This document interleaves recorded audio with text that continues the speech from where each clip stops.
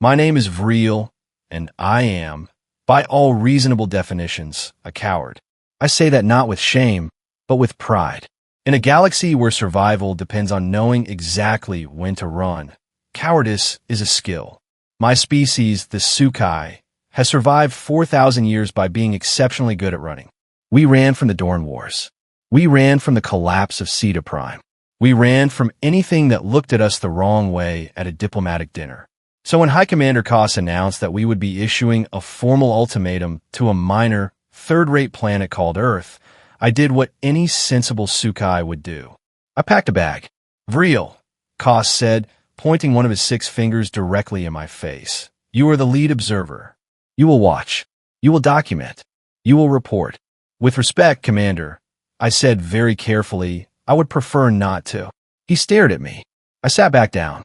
And that is how I ended up on Observation Deck 7, staring at the blue and green disaster waiting to happen, as our warship, the Suhkai diplomatic enforcement vessel Undying Glory, dropped out of faster-than-light travel directly above Earth's orbit. Now, context matters. The Galactic Council had decided, after decades of debate and 3 separate committees that accomplished absolutely nothing, that Earth needed to be corrected. Humanity had, in roughly 2 centuries, gone from burning fossil fuels on a single world to constructing jump-capable fleets, terraforming moons, and punching deliberate holes in space-time for what they cheerfully labeled experimental transit research. The rest of the galaxy called it deeply unsettling. Koss floated to the center of the command deck and cleared all 4 of his throats.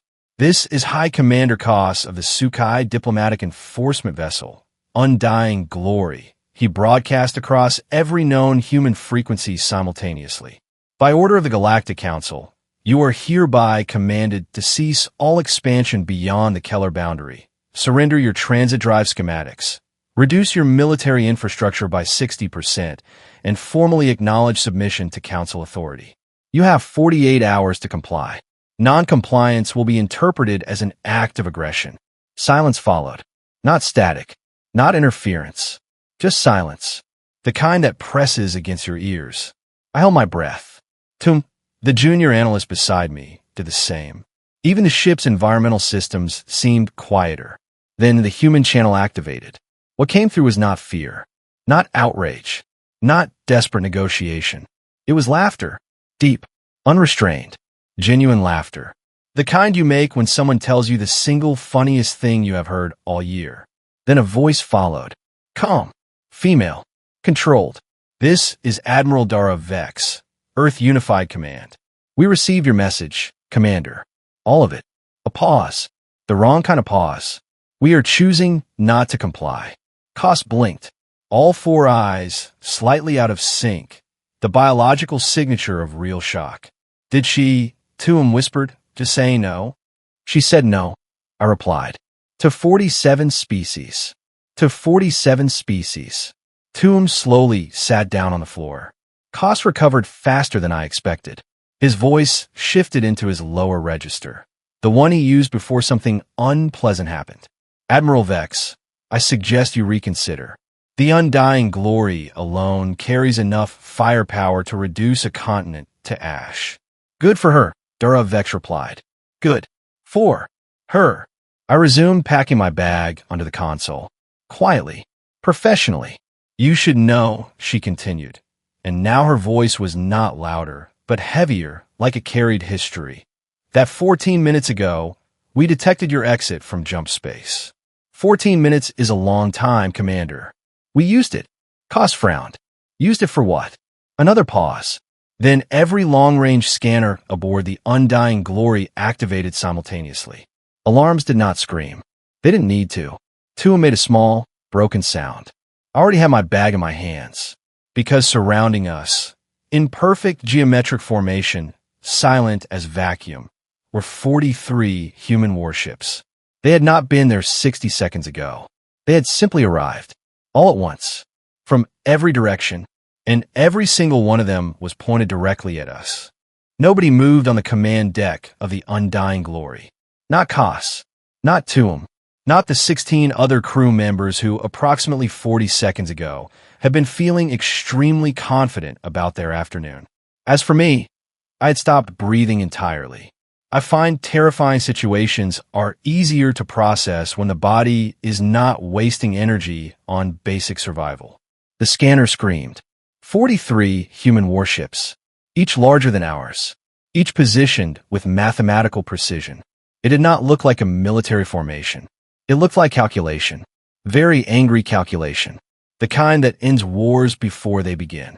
Koss turned slowly to his chief tactical officer, Breck, who was staring at 3 monitors with the expression of someone watching his house burn down in perfect high definition. Breck, Koss said quietly. Where did those ships come from? Breck swallowed. Everywhere, Commander. That is not a location. No, sir.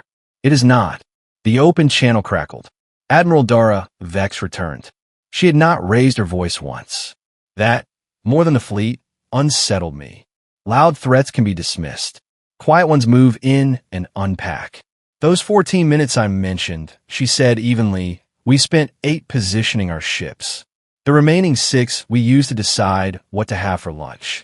We were not in a hurry, Commander. We are never in a hurry. Koss straightened. To his credit, the man had a spine. Several, technically. He used all of them now.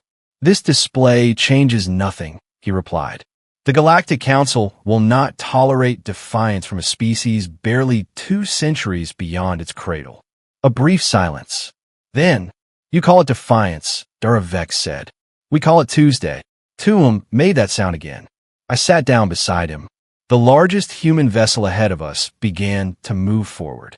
Not aggressively, not urgently, deliberately, like someone closing a book they have already finished reading. Its designation came into visual range. Parveen Sahar. Breck accessed its profile and went pale. Commander, he said, voice thin. This class does not exist in any council database. What do you mean it does not exist? It means we have never seen it. It matches no known sector design. There are no construction records. No signatures. Nothing. When was it built? Breck checked. Rechecked. Estimated deployment. 6 months ago. Silence fell. 6 months. In 6 months, humanity had designed, built, crewed, and deployed a warship class invisible to 47 intelligence networks. Our shipyards required 4 years to produce half that tonnage. And we spent 8 of those months arguing about interior lighting. The channel opened again.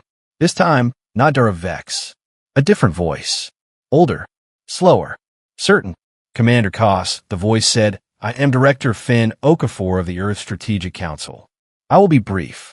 Our lunch is getting cold. Koss did not respond. The council sent you to deliver a message. Consider this our reply. You will return home. You will describe what you witnessed. You will explain how long it took us to surround you. You will mention the Parveen Sahar. A pause. Weight settled into the room. We have been patient. We have built in silence. Planned in silence. Waited in silence while your council debated whether we were relevant. That debate is concluded. Another pause.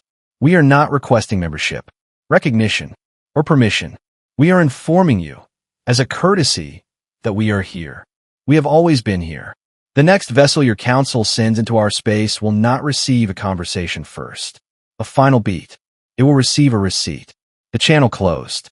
The 43 ships remained for exactly 30 seconds. Then, in perfect synchronization, they vanished. No countdown. No threat. Just absence. The Undying Glory hung alone above Earth, surrounded only by stars and the quiet wreckage of our assumptions. Koss stood at the front of the deck for a long time. No one spoke. The scanners were silent now. Behind me, Tuum quietly cried into his sleeve. Finally, Koss turned. Plot a course back to council space. No one argued. As we jumped away from Earth, I began drafting my official report. I stared at the opening line for several minutes before transmitting it. It read, recommend immediate strategic reassessment. Do not send another ship. Do not send another message. Learn the name Parveen Sahar. And whatever you do, do not make them wait again. I sent it. Later, Tuum and I sat in the corridor without speaking. Some realizations require time before they become understanding. For years, the galaxy observed humanity and saw a species that was young, loud, and still learning. No one thought to ask what they were learning. Now we knew, And somewhere back on that blue and green world, I suspect Admiral Dara Vex and Director Fenn Okafor returned to their lunch, finished it, and forgot we had ever been there. That, more than the fleet, more than the silence, more than any weapon they possessed, was the most terrifying truth of all. We had been a Tuesday, nothing more, and the galaxy finally understood. Earth had never been behind. It was simply patient. We thought humanity was young. We were wrong. Humanity was not waiting to fight. Humanity was waiting for the right time. And we were a Tuesday, nothing more.